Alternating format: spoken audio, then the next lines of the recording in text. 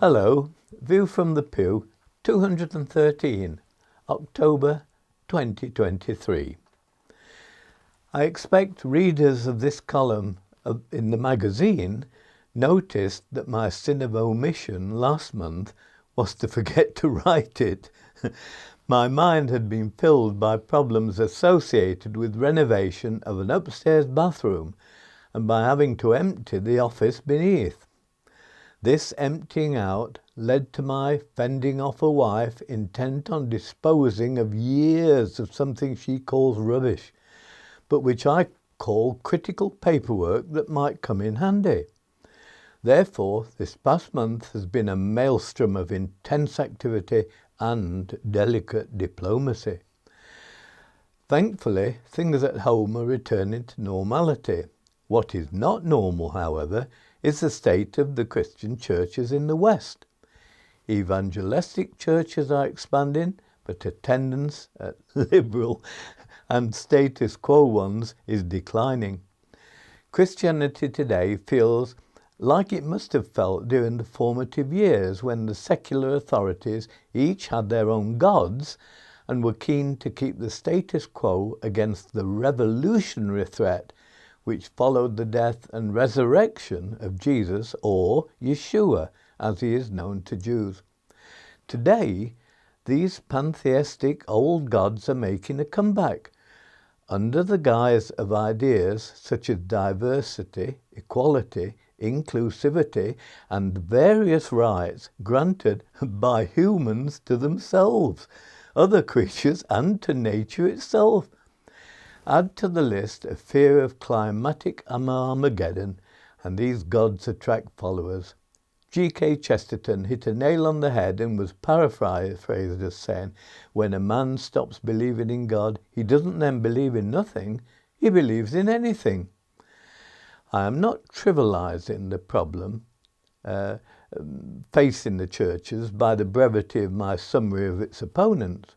These problems go to the heart of our Judaic-Christian culture, and we appear to need a positive, active and spiritual leadership rather than a managed drift on an ebbing tide.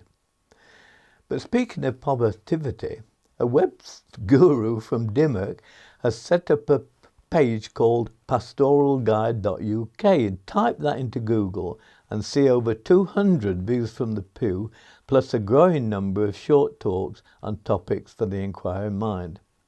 These explore from a broadly faith perspective, and I add humour and, I hope, common sense into a world in which most people today think history began the day they were born.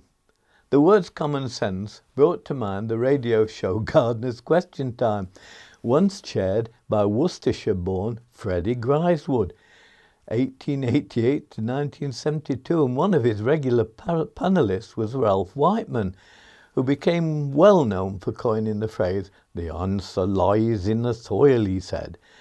Ralph saw that answers to problems must first be framed within a context. However, to frame a solution within an inadequate context will not resolve anything. For example, putting numbers into a spreadsheet and then extrapolating 20 years ahead takes no account of changes that will naturally occur or what human intervention will occur during the same period. Such a sort of modelling is different from forecasting. However, both may have a kinship to prophesying. Earlier mention of prophecy and Armageddon reminded me of a handwritten sign, "The end is nigh," and a street preacher who dramatised the ultimate battle between the powers of good and evil. Fortunately, good will triumph.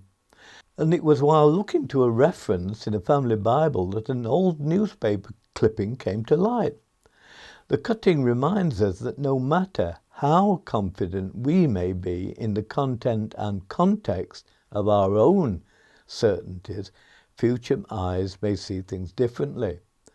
The prayer below was amongst the papers of Yorkshire-born Jonathan Ward, MP, 1685-1781, best remembered for his invention of Friar's balsam, and he writes, "O Lord, Thou knowest that I have mine estates in the city of London, and that likewise I have recently purchased an estate in fee simple in the county of Essex. I beseech thee to preserve the two counties of Middlesex and Essex from the fire and earthquake, and as I have a mortgage in Hertfordshire, I ask thee likewise to cast your eye of compassion on that county. And he finishes, as for the rest of the counties, thou mayest deal with them as thou art pleased. I just don't know how on earth he thought the Lord could possibly answer that particular prayer.